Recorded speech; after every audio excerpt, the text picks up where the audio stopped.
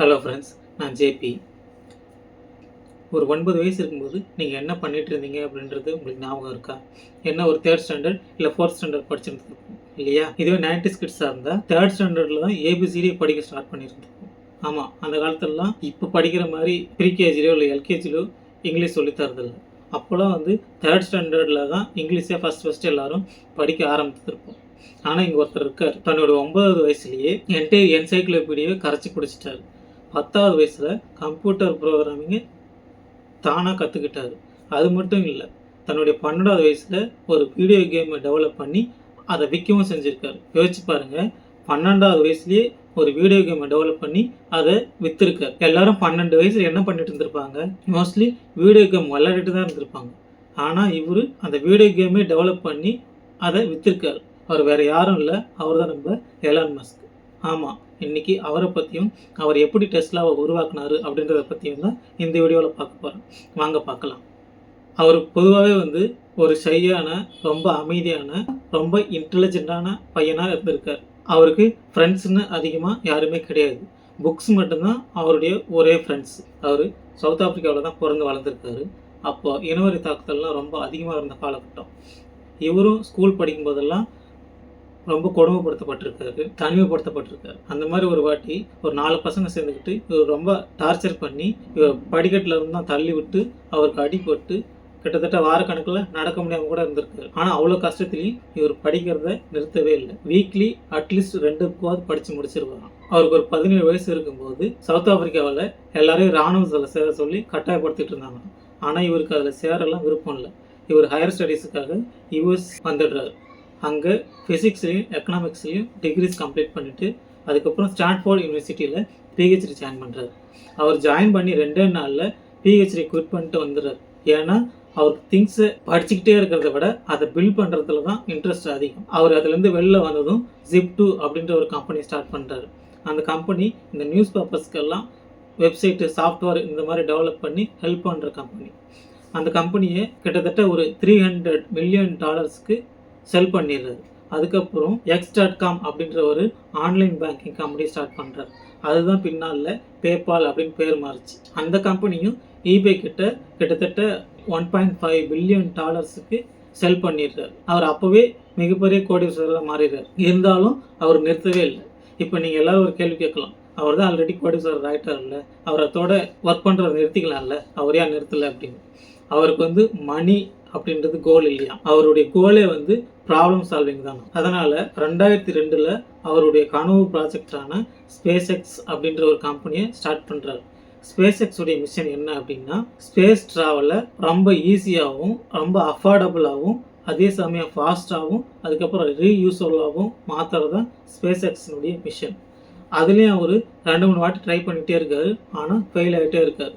அந்த சமயத்தில் தான் ஒரு 2 இன்ஜினியர் சேர்ந்து டெஸ்லா அப்படின்ற ஒரு ஸ்டார்ட் அப் கம்பெனியை தொடங்குறாங்க. இந்த டெஸ்லா ஸ்டார்ட் அப் கம்பெனியுடைய ப்ராடக்ட் என்ன அப்படின்னா எலக்ட்ரிக் வெஹிக்கிள்ஸ்.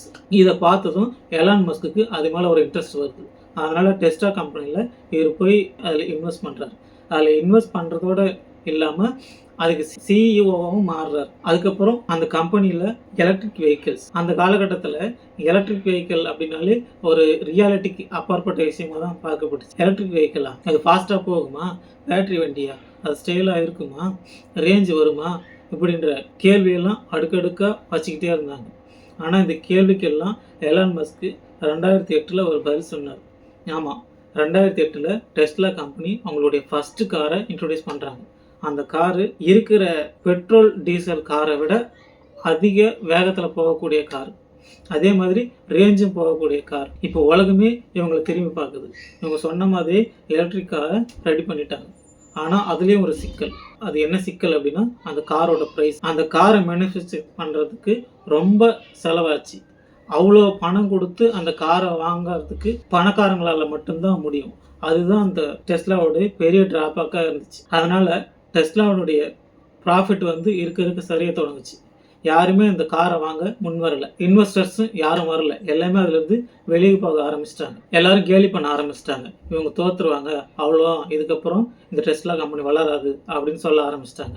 ஆனால் எலான் மஸ்க் மட்டும் கிவ் அப் பண்ணவே இல்லை. அவருடைய வீடு, சொத்து எல்லாத்தையும் விற்று அதில் இன்வெஸ்ட் பண்ணுறாரு. டே அண்ட் நைட் ரொம்ப கஷ்டப்பட்டு உழைக்கிறாங்க. அவர் டீமையும் புஷ் பண்ணுறாங்க. பண்ணி ஒரு வழியாக 2012 மாடல் எஸ் அப்படிங்கிற ஒரு புது எலக்ட்ரிக் காரை இன்ட்ரோடியூஸ் பண்ணுறாங்க.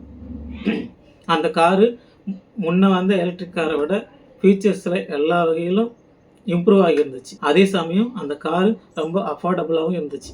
ஆனாலும் அந்த காரை வாங்க யாரும் முன் வரல. இவங்களுக்கு வேறு வழி தெரியல. இப்போ என்ன பண்ணுறதுன்னு தெரியல. சரி, இந்த கம்பெனியை வித்துடலாம் அப்படின்னு சொல்லி விற்கிறதுக்காக கூகுள்கிட்ட விலை பேசுகிறாங்க. விலை பேசி விற்கிற ஸ்டேஜில் ஒரு 1 வீக்கில் பார்த்தீங்க அப்படின்னா சேல்ஸு இன்க்ரீஸ் ஆக ஆரம்பிச்சிருச்சு. எல்லாரும் அந்த காரில் இன்ட்ரெஸ்ட் காமிக்க ஆரம்பிச்சிட்டாங்க. ப்ராஃபிட் அதிகமாக வர ஆரம்பிச்சிருச்சு. உடனே எலான் மஸ்க் யோசிக்கிறார், சரி நம்ம இதை விற்க வேணாம், நம்ம கண்டினியூ பண்ணுவோம் அப்படின்னு சொல்லிட்டு. அதுக்கப்புறம் அதனுடைய வளர்ச்சியை யாராலையும் தடுக்கவே முடியல. இப்போ அந்த கம்பெனியுடைய நெட்வொர்க் வேல்யூ மட்டும் $600 பில்லியன். யோசிச்சு பாருங்க, ஒரு $6 பில்லியன் விற்க போன ஒரு கம்பெனி இன்னைக்கு $600 பில்லியன் சொத்து மதிப்போட இன்னைக்கு வளர்ந்து நிற்குது. இதில் அடுத்த காரணம் ஒரே ஒருத்தர் மட்டும்தான், அது வந்து எலான் மஸ்க். அவருடைய அந்த தாட் ப்ராசஸிங் தான் இதுக்கு காரணம். அவங்க இதோட நிறுத்தலை. யோசிச்சு பாருங்க, ஒரு காரு டிரைவரே இல்லாமல் அதுவே செல்ஃப் ட்ரைவ் பண்ணிக்கிட்டு ஓட்டிக்கிட்டு போயிட்டுருக்கு. எங்கன்னு கேட்டால் நேராக போகிற பைபாஸ் ரோட்டில் இல்லை, வளைஞ்சு நெளிஞ்சு போகிற சிட்டி ரோட்ஸில், டேர்னிங் கார்னர்ஸில், சிக்னல்ஸில், இப்படி எல்லா இடத்துலையும் எங்கே நிற்கணும், எங்கே ஓட்டணும் அப்படின்னு கரெக்டாக பார்த்து ட்ரைவ் பண்ணிட்டு போயிட்டுருக்கு. அது மட்டும் இல்லாமல் அதுவே பார்க் பண்ணிக்கக்கூடிய கேப்பபிலிட்டி கூட அந்த ஆட்டோமேட்டட் காருக்கு இருக்குது.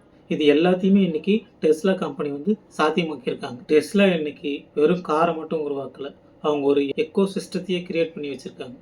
அவங்களுடைய ஃபாஸ்ட் சார்ஜிங் நெட்வொர்க்கில் இருந்து மிகப்பெரிய பேட்டரி ஃபேக்ட்ரி வரைக்கும், அப்புறம் ஆட்டோமேட்டட் செல்ஃப் டிரைவ் சாஃப்ட்வேரில் அவங்களுடைய தைரியமான முயற்சியிலேருந்து எல்லாத்தையும் அவங்க ஒன்று சேர்த்து வச்சுருக்காங்க. அன்னைக்கு யாரெல்லாம் இதெல்லாம் வேலைக்கு ஆகாது அப்படின்னு சொல்லி நிராகரிச்சுட்டு போனால் பெரிய பெரிய கார் கம்பெனி ஜாமான்கள்லாம் இன்றைக்கி மில்லியன்ஸ் கணக்கில் இதில் இன்வெஸ்ட் பண்ணிக்கிட்டு இருக்காங்க.